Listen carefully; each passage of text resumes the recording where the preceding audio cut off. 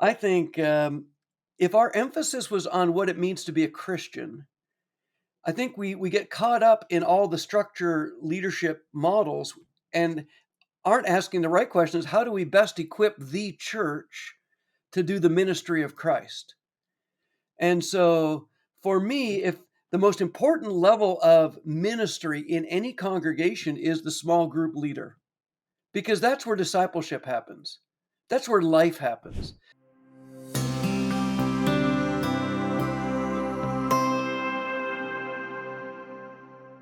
Welcome back to the Common Grounds Unity podcast. This is episode 173. My name is Veronique Weber, and I am excited to co-host today with Steve Staten, an author, speaker, and conflict resolution professional. We all need that. Steve recently published At the Crossroads, an exploration into flagship ministry of a discipling ministry, which you can find on Amazon right now. Welcome, Steve. Good to have you back. How are you doing this fall? Very good. It's good to see you again. Thank you for being co-host when we reviewed the material for my book a couple months back. Thank you. Well, this episode will feature the historical, cultural, and doctrinal developments in the International Churches of Christ as we discuss Andy Fleming's paper. It's titled The Rise to Preeminence of the Evangelist Role Within the International Churches of Christ. However, we think this discussion will have application to Christians in other streams as well. Andy, it's great to have you back on the podcast. For those of you that would further introduction to Andy, you can go to his website at missionstory.com or go check out 3 episodes on Common Grounds Unity, episodes 24, 25, and 56. Andy is Canadian-born minister. He's a twin. He's a teacher with deep roots in the Churches of Christ and the International Churches of Christ, also known as the ICOC. Andy spent much of his career as a missionary alongside his wife, Tammy. They've served in cities across the globe, but most notably overseeing 24 plantings in the former Soviet Union. Andy holds a master's and is pursuing a DMin from Abilene Christian University, and he serves on the ICOC Teachers Service Team. And the Flemings currently split their time between Kiev and Austin, Texas, with some frequent layovers in London. So, Andy, welcome back to the podcast. You know, the Boston movement, ICOC, emerged from the Churches of Christ, which were historically autonomous and elder-led. And your paper basically examines the paradigm switch to an evangelist-led leadership model. What compelled you to write this paper, and what factors led to this paradigm shift? Well, studying leadership within our movement of churches has been sort of the center of my focus for these, actually about 20 years. And I'm really concerned about just having an understanding of how we got to where we are and understanding the dynamics that are there. There's a lot of good things to be repeated and to be learned, and there's also lessons to be learned that I think sometimes go unquestioned. And the thing about the evangelist role is, growing up in the Churches of Christ and then being part of the Boston movement, which then became the International Churches of Christ. The evangelist role is key in the whole thinking, the ethos of what became the International Churches of Christ. And I think it's just a very interesting study. Many people, having been converted without knowing there was a transition or a development or even the rationale behind it, kind of assume, as many restoration churches do, that it's restored already to the way it should be. And one of my sort of themes over the last few years is just trying to point out that there's phases in a church development, that there's some models of leadership that work really well when a church is young. There's various factors involved that sort of help determine what kind of leadership approach will be the most effective. And that isn't even so much about saying whether it's an elder or an evangelist. It's saying about how team operates together and how decisions are made, and how the how the leadership functions. Sorry, my power just came back on, so everything started tweaking around me. My electricity's been off for an hour, so. I'm Well, back. Andy, tell us where you are. That will give people a little bit more understanding about. I'm in Kiev, Ukraine, and this is where I've been living actually for the last 8 years, and a member of a church I had the pleasure of planting. Uh, it's now 33 years ago. That's hard to believe, but yeah, it's we're in the middle of a war, and our power has been off for part of this afternoon, and it comes back on without any warning. So everything in my room here started buzzing and clicking and everything. Sorry about that. So, in the paper, you explore the history and original unity plea of the Stone Campbell movement. And that's where the Churches of Christ, the Boston movement, International Churches of Christ, um, they all emerged from this movement. So, what is your understanding of our roots, and why is that so essential for us to understand that, especially in this new generation, which we can be a little detached from our history? Why is it important for us to understand this as well? It's interesting. Back in '92, when it was brought up that we might rebrand ourselves as International Churches of Christ, I was categorically against it for the reason that we were going to lose connection with a history by making this big step. And 10 years later, we had a crisis, and I had people calling, "Hey, let's change our name, again." And I said, "No, now we got to own this name we've used for 10 years and given a history to." And I think history is really important because there's so much we can learn from just human beings like ourselves with similar goals and trying to accomplish similar things. And so I love the original ideals of the restoration movement as it began in the early 19th century. I think if you understand the history, um, within 40, 50 years, it already began to solidify into certain assumptions that we have restored Christianity in certain ways. And that would have been helpful to identify. And because the main leader of the ICOC in the 90s uh, began to use sort of the traditional church, or he used that term just to purposefully make mainline church people upset, because calling mainstream churches of Christ traditional is already an affront, to their sensibilities. But the issue is that history got lost, and the original beginning of it was a unity movement, which actually really inspires me. And my first introduction to Boston, and in the early '80s, I thought we were actually going to really go back and try to promote discipleship and back to the Bible as an idea, not to create a new movement, but to create a platform that could influence even other churches. I had a much bigger dream for that, and so we had what I will call restoration rhetoric, but fairly quickly, in about 10 years, by 1990, certain models of leadership and authority had been already established in the ICOC, and they weren't going anywhere. They were stuck. And so the restoration language became somewhat different.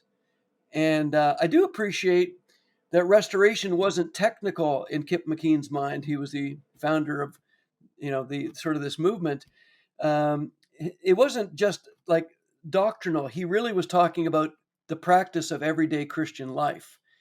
And I think that was part of restoration that is very important to understand, not just a restoration of a foundation theologically, but what does discipleship look like in the life of just an everyday believer?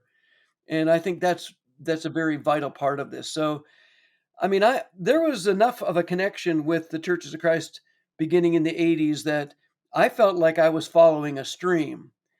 But I will say that within a decade, it got little independent of everything, and even um, very determined to do something without the help of the mainstream Churches of Christ, outside the mainstream churches. And I think we lost a lot of wisdom and depth by making that break so clearly. Hmm. Thanks, Thank Andy. you. Yeah. I'd like to talk about structure for a moment. I did a master's thesis on unity in the early church, looking over a century from AD 30 to 150, and looking at pillar churches from Jerusalem all the way to Rome. And I noticed that their structures were all very different from each other. So there wasn't one boilerplate or template. And there are good reasons for that. Some of those geographical, some of those the absence of people to fulfill certain roles, and various things like that.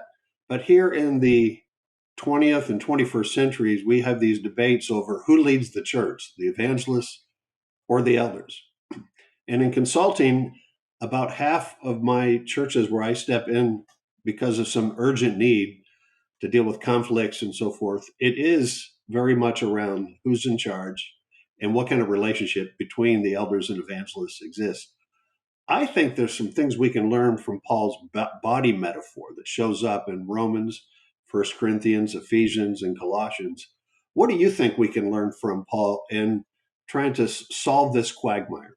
Well, I think the first, I mean, you don't even have to study history except what's in the New Testament to know that Antioch looked very different than Jerusalem. And Ephesus, interestingly, would have been another equation, quite different, especially since Timothy, an evangelist, and we have very few of them directly named, was working with that congregation.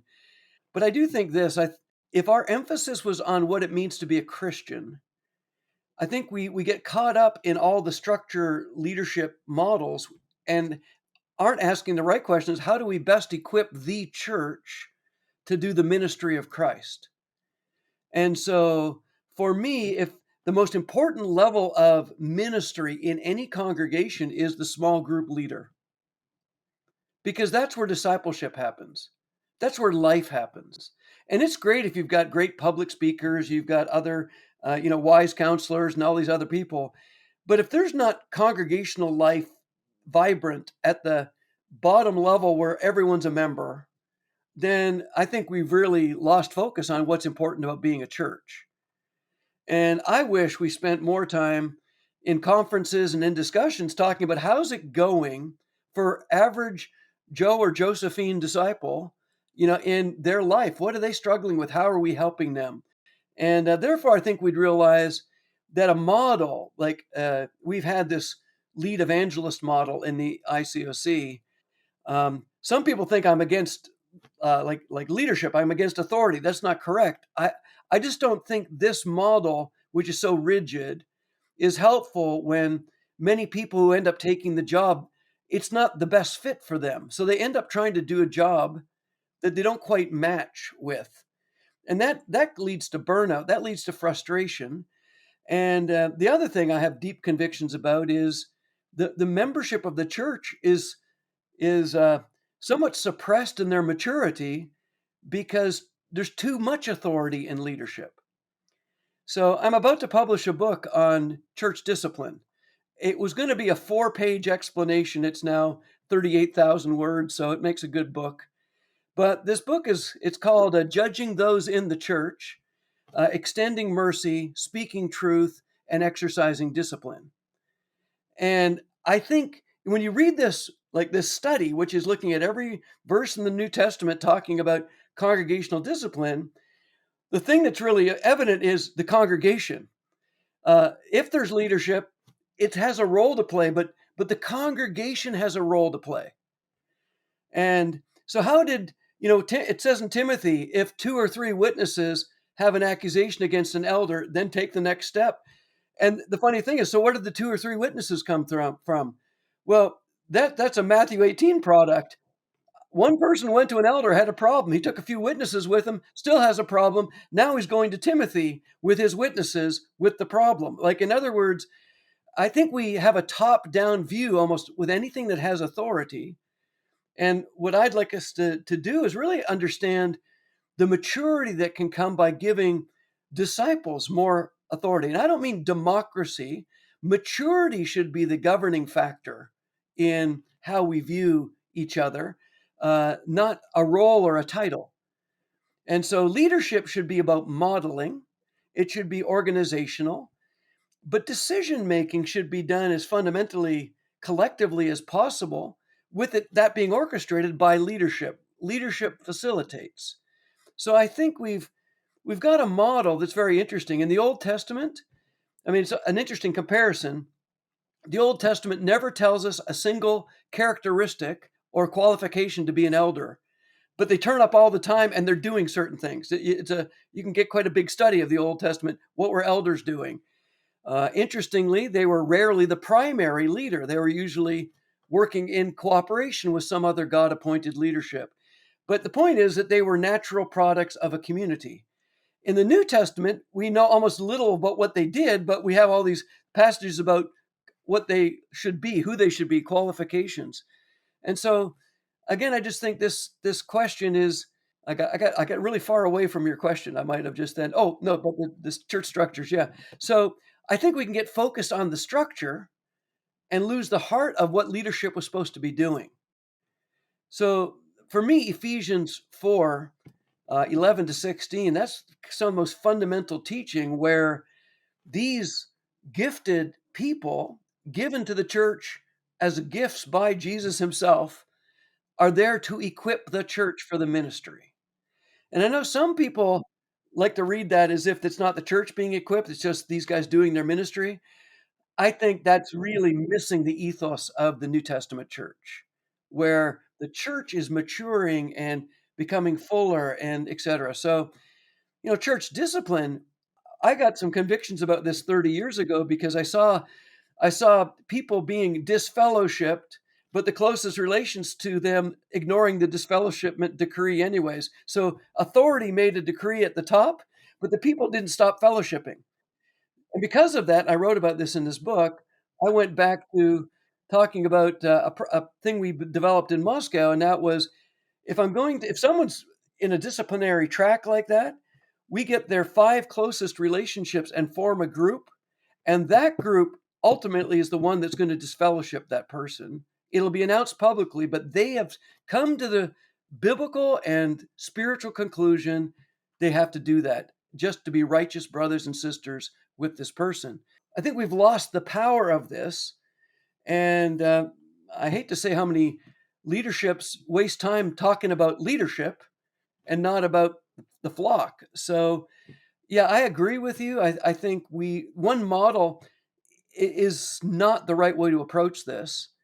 And it's also doesn't fit maybe what God has given a church. So we need flexibility, but we need leadership. So we need coordination, we need modeling, um, but we need to be working together with the whole church on this.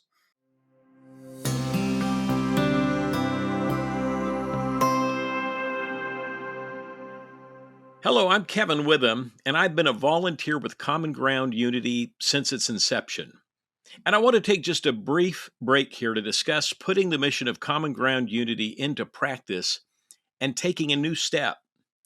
Unity flows out of our relationship with God. It's from the Spirit, and yet we're called to maintain the unity of the Spirit through humble, loving, gracious connection and relationships with one another.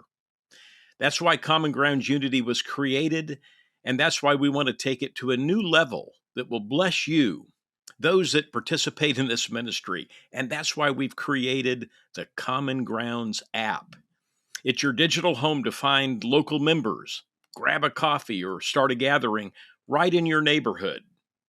Inside, you can join or lead subgroups for local gatherings, Bible study, prayer, parenting, singles, and much more. Plus, you'll have instant access to our resource library full of videos, podcasts, and study materials.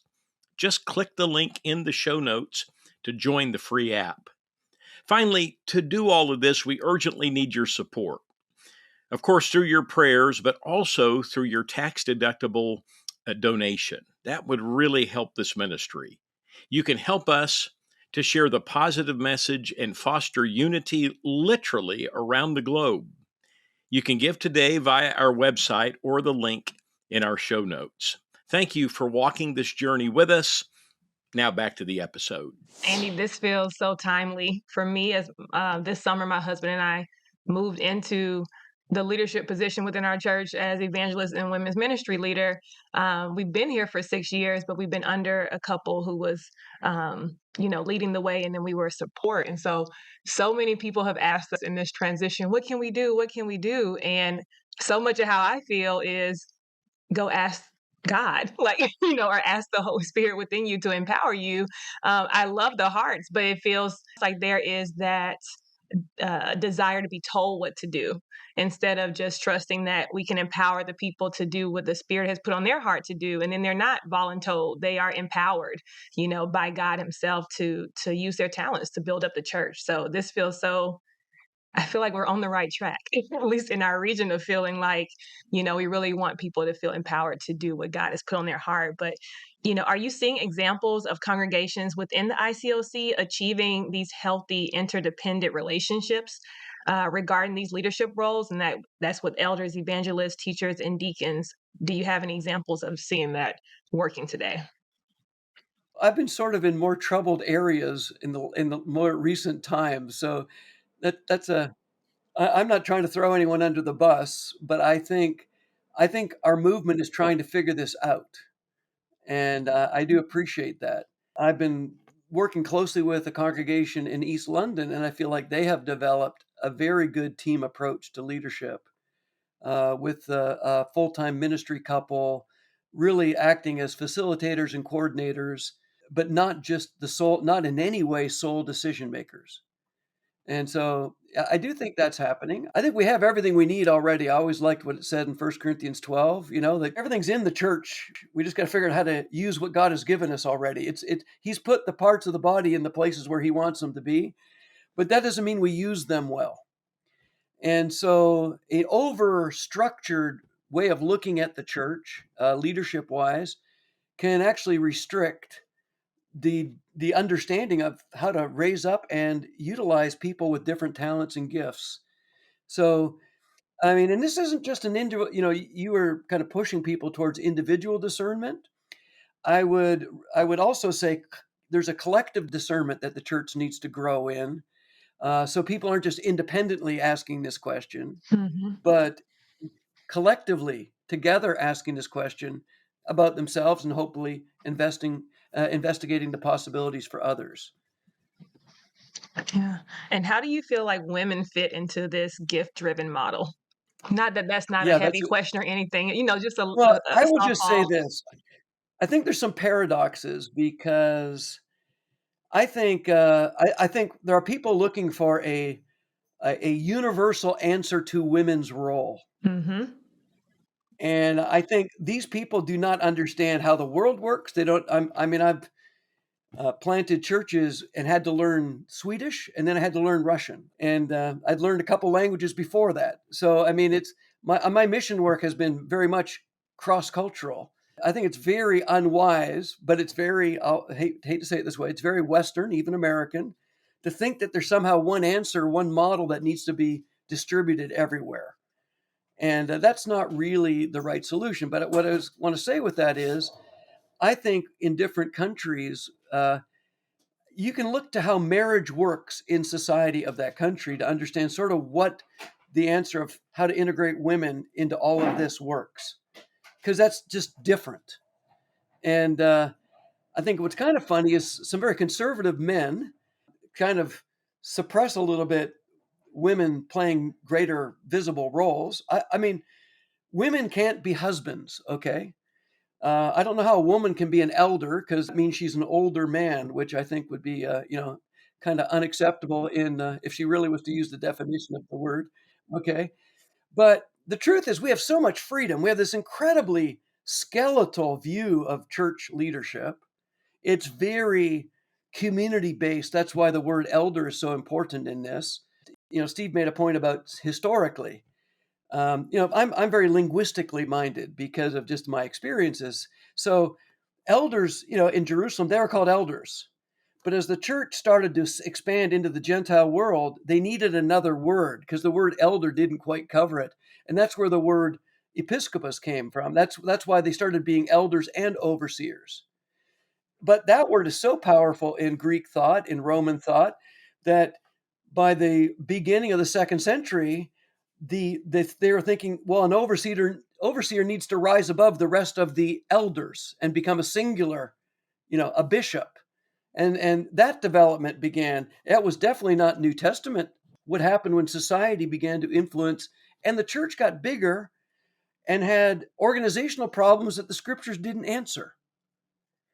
So again, I want to say I'm not against any particular model. In fact, I think you can almost name any model you want to of any leadership, and it works somewhere under certain circumstances well. But what kind of model leads a church to maturity is a model that appreciates the giftedness of the members. You can't change, from my perspective, that God called a husband to be the head of his family. You can't change that. I mean, it's just the way the scripture is. That doesn't make him better. That's nothing except he's got a job. He's got a responsibility to learn how to be that role. Now, in various societies, that looks very different because of just how society operates, how people operate. And the church should always represent the best of what society offers. But in societies where family has broken down, a lot of the teaching of scripture in organizational things aren't going to make much sense because family already isn't being valued. And men and women are competing for the very same things in society. And they bring that competition into the church. Those kind of things have to be evaluated. But again, I repeat, there's no single answer to this thing. We just need to know ourselves, even know the society from which what our church is being built in, to understand how to answer that kind of question. Andy, in your paper, you described something that was very intriguing to me. You use this term McDonaldization theory, if I say it right. McDonaldization theory by George Ritzer, a sociologist. Right when I saw it in the paper, I go, I know exactly what that means. It's the scaling of the ICOC to follow a particular franchise model, that this is how things are done. This is the template and so forth. Can you speak into some of the unintended consequences or downsides of this approach that Kit McKean kind of built into the movement? Yeah, I think the problem of packaging the church, and I mean, I'm as guilty of packaging as anybody, because every minister who goes out on the mission field or even builds a church somewhere develops methodologies. Paul had a methodology. I'm going into a new city. Where's the synagogue? I'm going to go teach in the synagogue. Find, I basically, I'm going to teach there as long as I can till they kick me out, and then I'm going to go somewhere else. Okay, if they don't have a synagogue, I'll go to the place of prayer down by the river or whatever. Like he's got a very definitive paradigm. You look at his sermons, his teachings that are recorded. He's following sort of a track of thought. There's nothing wrong with that. You in context develop your own thinking. And I was a missionary in Scandinavia in the 80s, and the first principles that we had were lacking two important lessons that I integrated into first principles and then kept them in my first principles in Russia and everything beyond. One was a lesson about the Holy Spirit that was positive, because our typical teaching was sort of, this is what it's not. So this is mid 80s. The only really vibrant fellowship in Scandinavia are a bunch of very prosperity gospel charismatic churches. Those are the big loud ones. And so the Holy Spirit's a big conversation there. And we really needed some solid teaching, not about they're wrong, but what is the right understanding of the Spirit's indwelling, of being sanctified, these kind of things. And so that was a new lesson, but that's a methodology. Another lesson was on faith, because just a simple idea of how does faith work. Scandinavians, I mean, when I share my faith with people, they'd say, boy, that's really nice that you're a Christian. What happened to you? What kind of trauma did you go through that you need that kind of crutch? That would be the typical response to me sharing with someone that I'm a Christian. So we needed to talk about what faith is, because, see, my point is faith, everyone has faith. And so maybe a way to begin this kind of conversation is, what do you believe? And of course, as they begin to explain that, I can interact with that and show them that they have faith too, but what's their faith in? Okay, so yeah, this McDonaldization thing, it's efficiency, calculability, predictability, and control. You smile when you're reading this and you think about what it was like to be part of the church planting paradigm in our movement, because there was so much about how to do things. But I'll tell you something, and this is covered in my paper. when we empowered evangelists to the level that we did, and I'm not against evangelists, Lord knows we need them, but by making them so powerful in the church leadership paradigm, whereas I will say in the 80s, we were ahead of the curve on women's ministry. We hadn't really got into the teaching ministry yet, but we carried with us from the mainline church a lot of good teaching material. Okay. By defining the evangelist as being the sort of the structure that's going to govern the world in our church, we suppressed the development of teachers, of shepherds, elders. I hate to say it, we're always second-class citizens compared to evangelists. And women's ministers were actually, they had sort of a parallel movement with the evangelist, but then it got kind of weird because it all became on who you were married to as a woman's ministry leader, as to what you were able to do and what resources you had. And I mean, I remember when our movement was predominantly singles, it didn't feel that way, but 10 years in, it was predominantly marrieds, especially in leadership. So we were following this model of reproduction. But what's so interesting is when we shifted, the Boston church is a missing component of the story of the ICOC, because statistically what happened to Boston after its first 11 years is what actually happened with Los Angeles after its first 11 years. And by the time it happened in Los Angeles, the whole movement had gone through the same repetitive pattern of sort of quick increase, a plateauing, and then just sort of an eking out of growth. And that model, that thing was happening. And we kind of covered that up by church plantings, by expanding. Because if your major growth is happening in your first 7 years, just keep planting new churches. But we killed the goose who laid the golden egg, because when I moved to Boston, having graduated from Abilene Christian, having been out in the mission field already, what impressed me was no mission team got sent out, no leader got sent out without being fully trained. And by the time the 6-year plan came in the mid-90s, we were sending out, I mean, it was almost a joke for some of us on the far edges of our mission work, a Bible talk leader, a grandmother, and an unbaptized team. Oh, they all got visas. They're going to go plant our new church. I mean, like, how could that be a new church planting? And see, we violated the very principles that made our initial church plantings. In the 90s, our average church planting in the 90s after 5 years was over 400 members. I'm not talking about reconstructions of existing churches. I'm talking about new plantings. By 1998, the average church planted was lucky if it was 50 members in 5 years. And this McDonaldization did the very thing that many people don't like. I mean, I don't want to diss on McDonald's or anything, but where's the quality of this? You know what you're going to get, and it might be better. You know that it's going to be something, but are we improving this? So the thing that McDonaldization does is it actually puts you into a box that you cannot evolve out of. And if you build all these controls that guarantee the efficiency, calculability, predictability, control, then where's the Spirit of God moving in that? And so sadly, we didn't acknowledge what had happened in our movement clearly enough. And as a result, ended up having hundreds of weak churches where the way they'd been set up, they're going to get to be 30 members, but rarely will they get to be more, because they didn't have enough resources to start with to go past that threshold. Wow, Andy, I feel like this podcast can have about 4 or 5 sub podcasts, which is why I'm glad we're not saying goodbye to you, but we'll see you back here for our next episode. But before we close out this episode, we want to encourage everybody to please come back in 2 weeks so we can have Andy back and continue this conversation. But before we go, Andy, do you have any final thoughts that you want to leave us with? Oh boy, goodness. No. Pray that the war stops here in Ukraine, please. Absolutely.